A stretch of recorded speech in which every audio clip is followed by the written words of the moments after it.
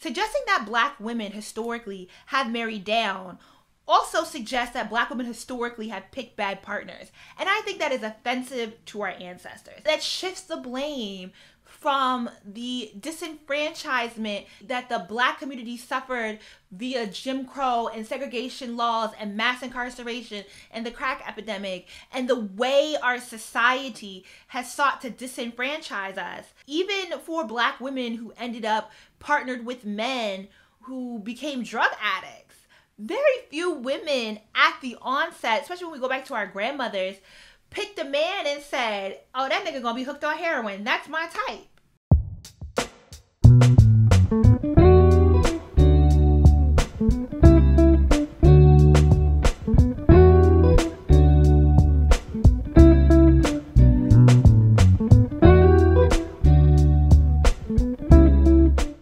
Hey guys, it's Julesy and we are back for another video. I want to thank Audible for allowing me to make this video and making this video possible. As always, if you're new to this, please, audible.com/Julesy or text Julesy to 500-500 and get your first month free.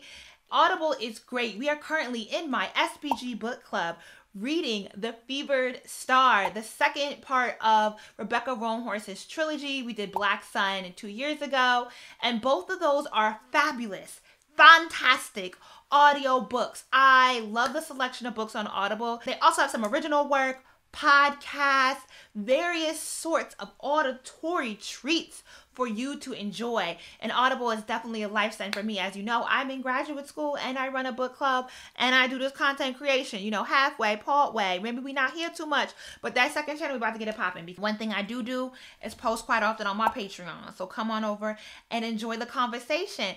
But either way, there are so many ways for you to engage with the content that I create. I would love to have you in the book club so you can have a bunch of great recommendations for audiobooks to check out on Audible. And then you can use my code, audible.com/Julesy, or text Julesy to 500-500 and get your first month free. We are having a good time, a fine time over in the book club. So shout out to Audible and let's get into this video. And this video is actually inspired by a Patreon live that I did.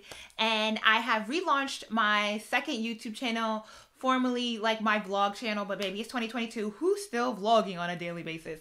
I don't want y'all in my business that month. I'm more so like curating these little conversations here, okay? But I have my second channel now renamed Julesy's BFFR, for real, okay, where I will take some of the lives that I do on Patreon, edit them down for public viewership. And so one of the lives that I did on Patreon was The Heterosexuals Aren't Okay. We talked about this resurgence of women, submission, and sex that has happened within the Black women podcast landscape. And then paralleling that to the conversation around the New York Times wedding article that featured a Black couple who met at a Popeyes parking lot, and clearly there was an economic difference between the wife and the husband that we don't traditionally see, but again, spit off a bunch of rhetoric around Black women marrying down and that being the norm for us. As this is inspired from some of the comments that I received on my video on my second YouTube channel that I've already kind of gave the landscape for, but there were a few comments, not too many, that accused me of trolling Black women, of gaslighting Black women, because in that video I make the statement that historically there has never been a social movement within the Black community that encourages Black women to marry down. I personally think when it comes to the broader landscape of conversation around relationship advice, especially when it's targeted at Black folks, we are oftentimes invoking and conflating political discourse into relationship advice. It's much easier to not only talk about, but to point blame and to shame when we can wrap it up in who you date and the dating history of a perceived group of people versus talking about the labor history of African Americans in the United States post 1968. Which conversation would you rather listen to in a podcast? The relationship conversations just can travel so much further and wider because it also allows more people to enter into this conversation without having to have like a great, you know, grasp on American and specifically African American history, right? And I understand why we push what I believe to be political discourse when we flatten it into relationship advice. But what I want to do in this video is extrapolate what we're actually talking about when we make the claim that Black women either are, one, encouraged to date down and are the only ethnic group or only racial group that is encouraged to do so, or that historically, because we are encouraged, that we have been marrying down. And what I think we need to define in this conversation is define what is marriage. We need to also then define what qualifies as marrying down. Is it financial? Is it education? Is it physical or other things? And at what point do we quantify that a woman has married down? Is it at the beginning of the marriage? Is it at the wedding day? Is it at the end or sometime in between? Because again, as I said, this is a political conversation that we are trying to wrap up into dating and relationship advice. And for any of us who are adults, and especially those of us who are over the age of 35, let's not even be ageist here because, hey, we've all lived through the past 3 years of the pandemic. And for many of us, very silently, COVID has vastly changed the economic makeup of our family and interior lives. Living through pandemics, living through large societal shifts. And are we then saying, okay, well, if one person comes out and doesn't fare well, but the woman in that relationship fares well or is able to rebound, that she then married down?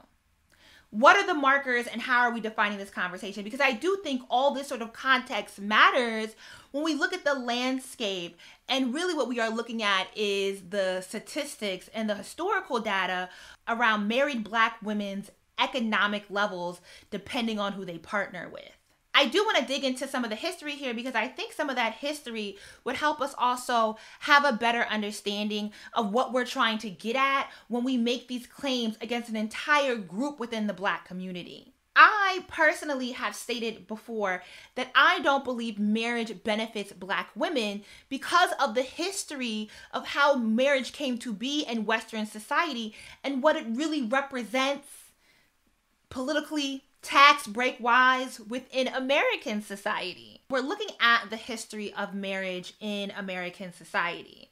What we understand as marriage today derives in Western society from the shift from a feudal system in which there was a hierarchy of elite men who owned land and leased that land out to a community of people who would then pledge their loyalty and servitude to the, we'll call them lord of that land, which is where you get landlord from. When Western society shifted from this feudal system of small kingdoms and small rulers who oversaw and therefore owned everything in the land, and it was like a small class of people who were allowed to be property owners, and moved into what we understand to be modern day capitalism that relied on a system of imperialism, colonization, and the transatlantic slave trade. Marriage became a means within this capitalistic system. And we could talk about free trade or just the idea of individuals being able to become property owners on their own without giving their fidelity over to a lord. But that marriage then came into play in order to give a clear line of who owned what and then whose property would be passed on to what child. I think colloquially, we can insert that niggas been hoeing, okay? There was a lot of hoeing going on in the feudal system. You can look at the royal family, right? We've just had the passing of Queen Elizabeth. I have no nice things to say, so I won't say them at all. You can look at even the British royal family and the illegitimate children, the mistresses, the secret lovers that were had, and the various bastard children that exist within that family. Now, they're the royal family, and they went through great lengths by marrying cousins to keep property in their family. But marriage created a much easier system because we all don't live in the state of Alabama, all right? So we all not marrying our cousins. Marriage allowed for an easier system to track who owned what property. Who am I passing my property on to via my legitimate heir? And that I have married this one woman I now own this woman and I own all children that she produces within this marriage. And then in my will, in my estate trust, I will then allot the property that I own, which include both lands and black bodies, and I will net that out to my offspring. And this is where we get this concept of generational wealth. I want people to understand is like within this system where marriage is being created, black bodies are the capital. They are the property. And so especially in American society, marriage is predicated on the capital of black bodies. It's not to say that poor people weren't getting married, but marriage in the early Americas and then into the antebellum period is more so a thing of business deals. Once you own land and property, you will then marry in order to keep that property within your family. Marriage does not become a societal thing until we reach the post-slave era, and marriage is then commodified into this concept of love that you can be sold on. And then there's all these things that you have to buy into in order to make that love become believable. And part of also understanding white identity in America and how that was constructed also comes through this understanding that white people got to, regardless of their economic class, would aspire to own property. Land and black bodies. I want to say the N-word here, but I'm going to keep it cute, okay? Marriage also becomes a way to define true womanhood and true manhood. This reliance on the capital of black bodies then seeps into every function of the family household. And that even the idea of the woman as the keeper of the house, true womanhood, and if you really get into the history of like how laws around the protection of women were drafted, especially when you get into like, we bring this into the 20th century and look at Jim Crow laws, black women were not considered capable of being victims of rape. Literally, if you look at like the penal code in Georgia and you look at laws in the early 1900s through the 1940s, there were laws and court rulings that justified that a black woman was not a woman. And therefore, the act of rape could only happen to a woman. And because she did not fit the definition of woman, that she could not be seen as a victim of this crime. There was little to no way to prosecute somebody for any sort of sexual violence towards black women because the state law excluded them from the definition of women. It is contrived, it is nonsensical, but it is literally historical fact. One of the things that I do think we're also trying to address in this commentary around black women marrying down is about black women historically being the ethnic group of women that has always had to work. Broadly speaking, the United States of America has invested in federal programs to keep white women out of the workforce. And so we actually get welfare and more specifically aid for dependent children with the Social Security Act of 1924 as a means to remove white women who had entered into the workforce during the World Wars, particularly World War II, to bait them from the workforce, give those jobs to the white men, and keep the white women home with the children. But throughout all this history, both during the slave period, during the antebellum era, into Jim Crow and into modern day society, black women have consistently participated in the workforce. Literally the construction of this idyllic, American family life with the 1.5 kids, the dog, the white picket fence, that there was always a black domestic servant in the shadows that allowed that family to live this idyllic life of the wife who's in her prim dress and heels, walking into the kitchen and putting a nice casserole in the oven and having it on the table as soon as her husband walks in the door from work, and being prim, proper, and pretty the whole day. That in the background of this ideal that is allowed to be shaped for white women to access into and white women to portray this pioneer woman approach, that there's black domestic servants, particularly black women domestic servants, that are in the background allowing for the maintenance of this image of true womanhood to even exist. And, I think of Angela Davis. She actually has a paper called The Reflections on the Black Woman's Role in the Community of Slaves, where she brings us back to the plantation about what this is rooted in. Slave women's devotion to their own households defied the expectation of total service to whites. So therefore, the labor of womanly household duties were both an act of defiance and ultimately a means for the plantation owner to profit from, because this labor maintained the health and well-being of the enslaved. While we understand this sort of degrading of Black women as domestic servants, and just for you to understand how vast this was, in the United States, there was a congressional report done in 1940. 78% of Black women were domestic workers or employed in some area of domestic work as their income-based labor. And so to then come home and take care of their children while also having to be working in what is often a demeaning and very vulnerable field of work, we see it as a negative that Black women have not then had the access to have nannies and caretakers within their own home, largely within American society. And when we move into the 20th century and we move into what we're often referring to as our mothers, our grandmothers, and great-grandmothers, I do want to encourage us to be careful of the language we use around this idea that Black women inherently were marrying down or dating down or making just bad choices in partnering. A lot of what we might see as hard labor and as defiling of our ancestors was actually acts of resistance. That our grandmothers and mothers worked in these low-paying jobs and came home and took care of us is an actual act of defiance. It is an act of resistance. And even though it's duplicitous, because who gets to benefit from this? And when we move into Black folks creating their own families outside of the plantation, outside of the antebellum slave era, and then there's a transference of this benefit from the whites, even though, with the way labor history works in America, the white man was still benefiting from Black women keeping their children alive and growing these children up to be, strong people.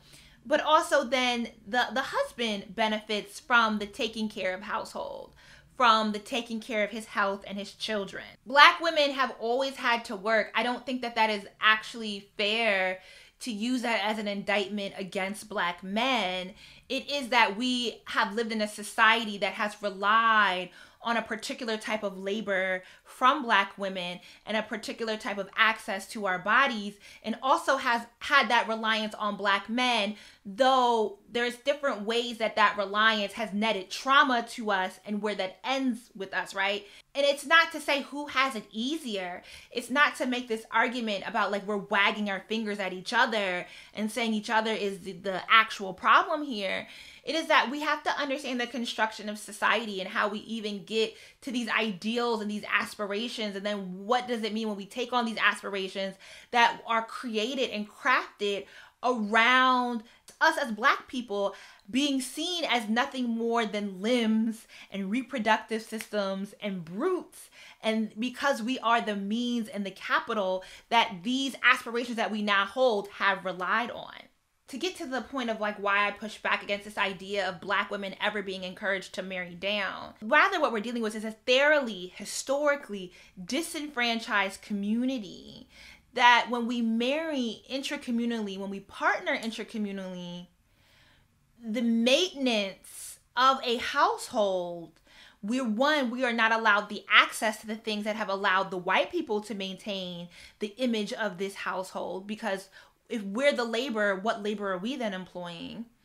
And then when we are constantly dealing with an onslaught of trauma from the broader society, how are we able to maintain these households of family, of love and partnership? Our means are very straw, and I think it is unfair to ever imply, because I do believe that when you say that Black women have been encouraged to marry down, Black women have historically married down, that you're implying that Black women have made poor decisions in partnering. And I think that actually moves the needle of blame away from the way that society has enacted violence against Black people and the unique way that violence has been acted against Black women. And then this idea that like Black women are the only ones who marry down. Crystal Femster, who's a historian, has a book called The Southern Horrors, Women and the Politics of Rape and Lynching, where she actually looks at the history of the first woman senator who was appointed to the United States Senate, and Ida B. Wells, who is well known. Go grab that shirt from the SBG Book Club. Okay. But we love Ida B. Wells over here, who ran an anti-lynching crusade and documented much of the lynching that happened in the early 1900s, and published a newspaper called The Red Record to really kind of amplify what was happening, particularly in the southern United States, this egregious violence that is happening against the Black community.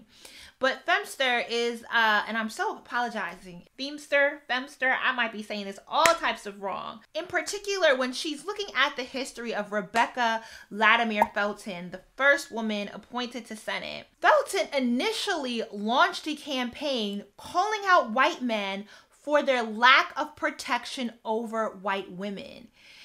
At the time of the Prohibition movement, which sought to stop the sale of alcohol and the distribution of alcohol, because alcoholism was becoming a significant problem, and Prohibition was largely led by white women. All right, white women were saying, you know, our alcoholic husbands are abandoning our families. They're not taking care of us. They're not financially providing for us. They're squandering away our earnings on booze and cheeky things. And so they were able to push for this movement that outlawed alcohol at large. But then when that kind of goes out of favor and there isn't much, you know, social capital to gain from being prohibitionist, and really Felton found that there wasn't much social capital from trying to, as a woman, castrate white men for not being proper providers and protectors of their family, she found that she gained much more social and political currency when she pivoted that message towards pathologizing Black men as rapists and accusing white men of not protecting their white wives from the boogeyman Black man.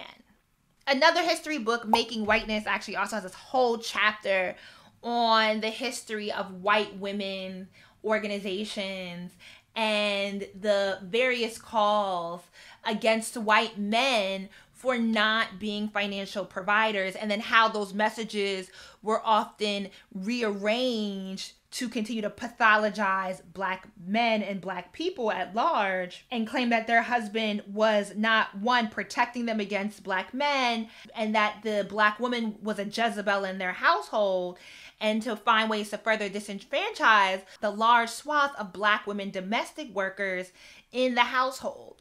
So I just want to point this out, you know, both for us to understand how we've been disenfranchised, but also that, like, white women, you could go back to the Jim Crow era and this historical aspect, right, of them always having a call about they ain't shit ass white husbands, baby. But you can now in 2022 get on TikTok. Have you been on white woman TikTok? They have new phrases for the incompetence of their white husbands, for the lack of financial providing, for the lack of financial security and safety that these men are not giving them. When Black women left the labor field of domestic workers, the whites could not handle it. And it's so funny to see white women on TikTok in 2022 questioning how their ancestors were able to raise so many children and keep a clean house and do all these things for their husband, baby, because yeah. Charlotte Ann, I'm trying to think of, like, what's a Black ass name? Ethel May was in the background, okay? Mahalia was the house cook, all right? They were able, even if they didn't have full-time service in their home, white folks will always be like, oh, my family's poor, we from the Appalachia, whatever. They could lease out, they could rent out. At some point in time, they could use the low-cost services of an exploited community of Black folks to make sure that things were taken care of in their household. When I get back to, like, historically what happened with Black folks around this idea of, okay, who were Black women actually encouraged to marry? Black women were largely encouraged to take on teacher training so that they could go out and get a good job in education, but also be able to raise children in the home. There was always this understanding that even if Black women were able to go work outside the home in more respectable jobs, even at that more esteemed level, they are still expected to come back and raise proper children. But the idea was that because they're both equipped to raise proper African American children, but also get jobs of prestige, that would then open up opportunity for them to procure better partners. There is quickly movements that come about that are high society organizations that are there to cultivate high-class African Americans.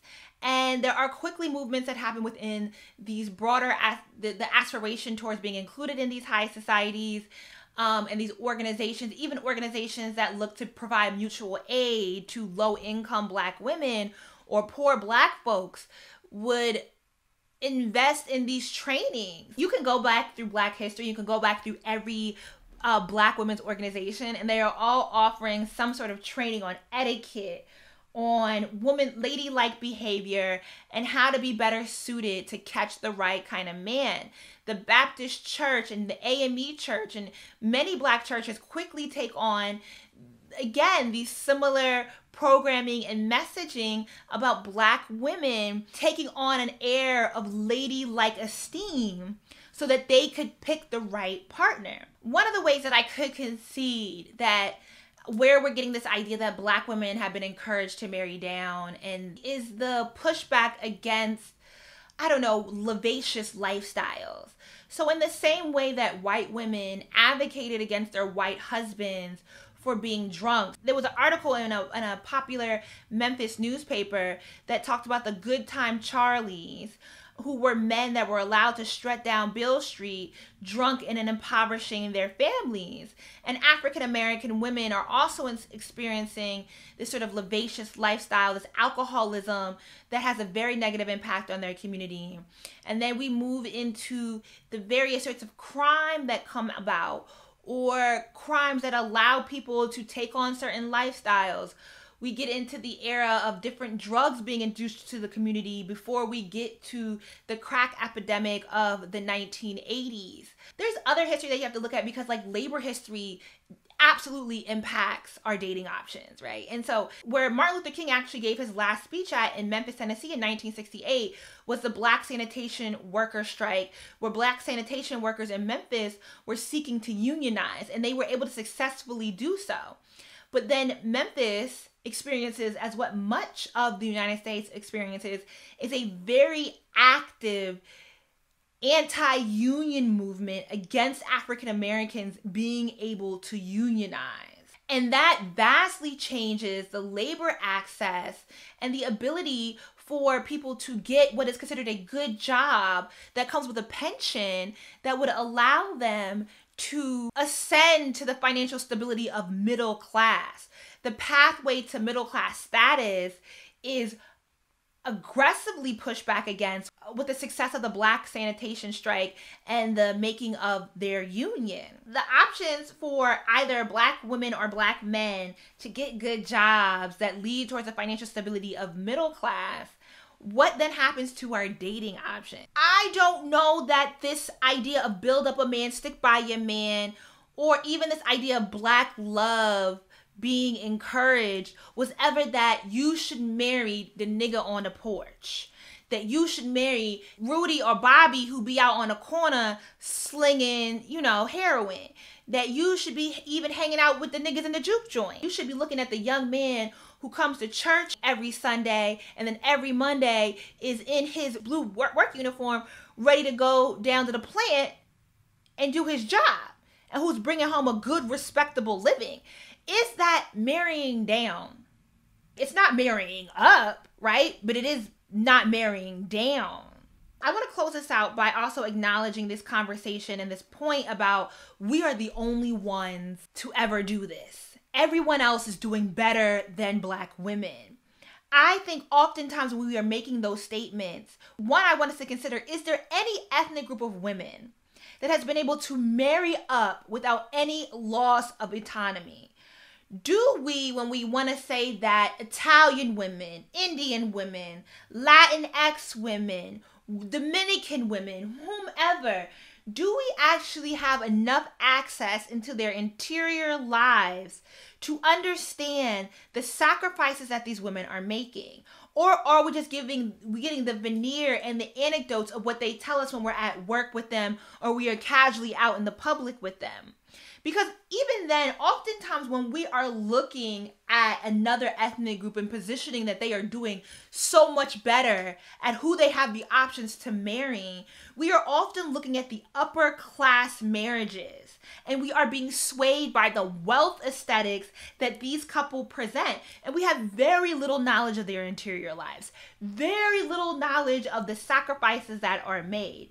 I think it's interesting to look at, like, an Italian community. I've been watching The Sopranos, so this whole idea of a Gomer or Comer and having a man who, yeah, you have $30,000 to redo your kitchen whenever you want, but he's sleeping with every which one and he has a bad attitude. Technically, if we talk about marrying economically up, Tony Soprano might be a catch. Do you want a Tony Soprano? But even this idea of, like, the woman's role in these societies, the term hypergamy actually comes from the study of Indian society, where men can pick women of a lower social caste, but women cannot pick men of a different social caste. They have to be picked by the man. And then you think of a lot of these cultures where the mother-in-laws have very high access to your home in your interior life, that things might get paid for, but you are also putting up with other cultural norms that might not work in your favor. And are we just, again, looking at the upper and wealthy class of these communities, and are we not understanding of the broader breadth of these communities and how women are dealing with their own versions of patriarchy that pop up in their culture?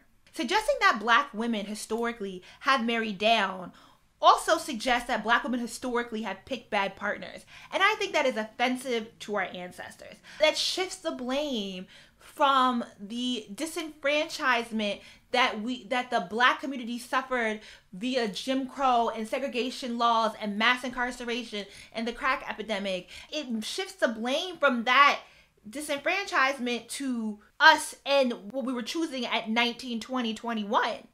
You know, even for Black women who ended up partnered with men who became drug addicts, very few women at the onset, especially when we go back to our grandmothers, picked a man and said, oh, that nigga gonna be hooked on heroin. That's my type.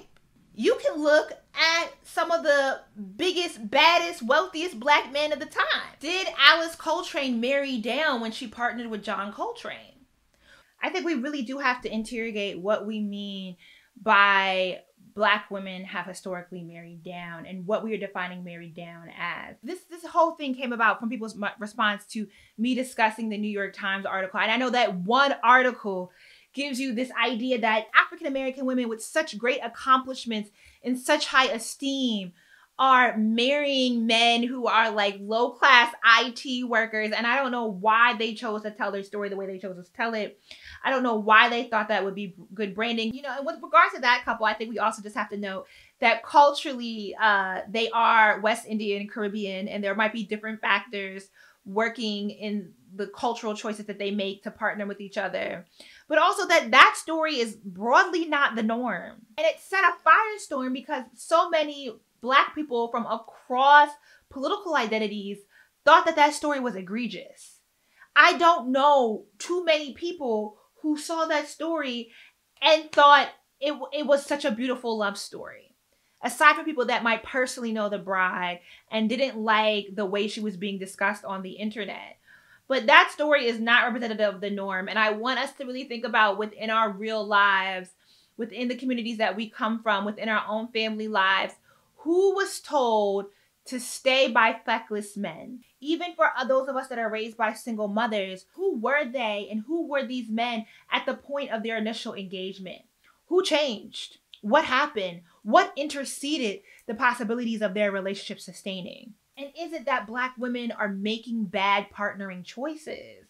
Or is there also room to consider the disenfranchisement of the Black community and how the politics of the United States have interceded our ability for partnering? I can't wait to read your comments. I really hope we can maintain this as a respectful conversation. And I hope I made sense.